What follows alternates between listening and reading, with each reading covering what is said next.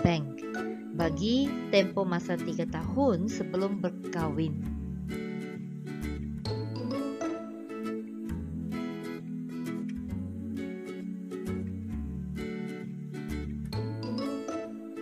Menetapkan matlamat kewangan mengikut jangka masa, iaitu matlamat jangka pendek dan matlamat jangka panjang.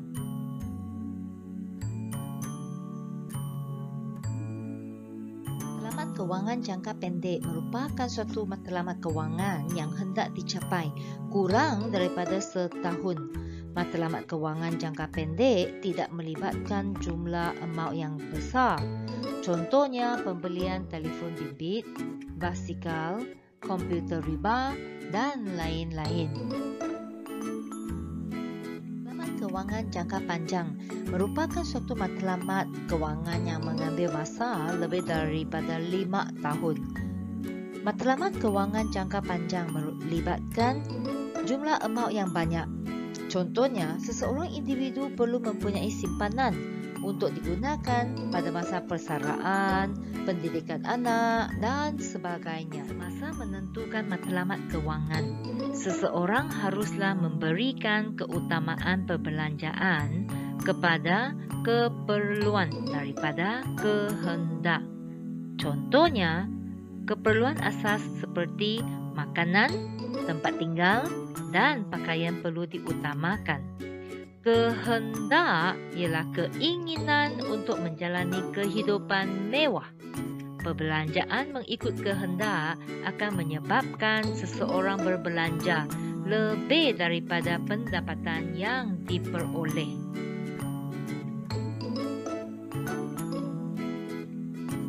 Matlamat kewangan atau financial goals yang jelas ialah satu aspek yang paling penting dalam perancangan kewangan.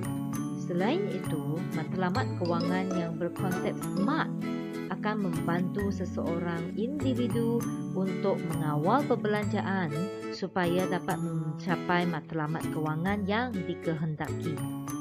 5 kunci komponen utama dalam strategi ini ialah SMART. SMART. S adalah spesifik, khusus.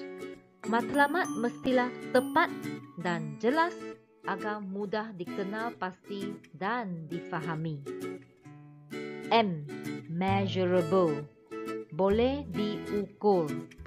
Matlamat mestilah dapat diukur, dipantau dan direkodkan. A. Attainable. Boleh dicapai. Matlamat mestilah mempunyai peluang untuk dicapai. R. Realistik. Bersifat realistik. Matlamat mestilah munasabah untuk dicapai. T. Time bound. Tempoh masa. Mempunyai tempoh masa yang jelas.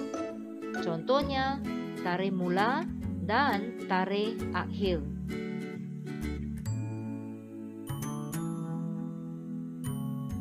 Mari kita melihat contoh ini. Encik Lee merancang untuk bercuti bersama dengan ahli keluarganya di Pulau Langkawi dalam tempoh 6 bulan.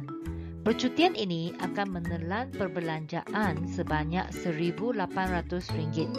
Beliau perlu menyimpan RM300 sebulan daripada pendapatnya sebanyak RM3,000 untuk mencapai matlamat kewangan beliau. Adakah matlamat kewangan Encik Lee memenuhi pendekatan SMART?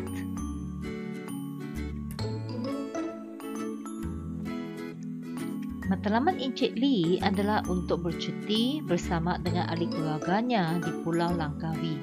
Dalam hal ini, matlamat Encik Lee bukan sekadar ingin pergi bercuti, tetapi beliau menetapkan lokasi yang spesifik. Matlamat kewangan Encik Lee boleh dihitung sebab beliau mengetahui jumlah perbelanjaan yang diperlukan. Beliau bukan sekadar memerlukan wang, tetapi beliau mengetahui jumlah wang yang diperlukan.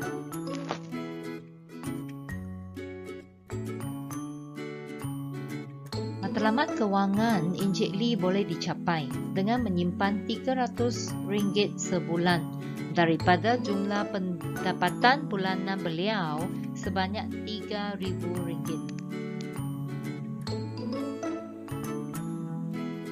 Matlamat kewangan Encik Lee yang ingin bercuti di Pulau Langkawi bersama ahli keluarganya dalam masa tempoh 6 bulan adalah bersifat realistik.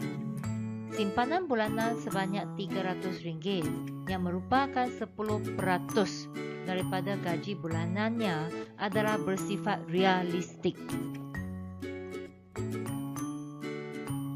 Tempoh masa juga telah jelas dinyatakan, iaitu dalam tempoh 6 bulan.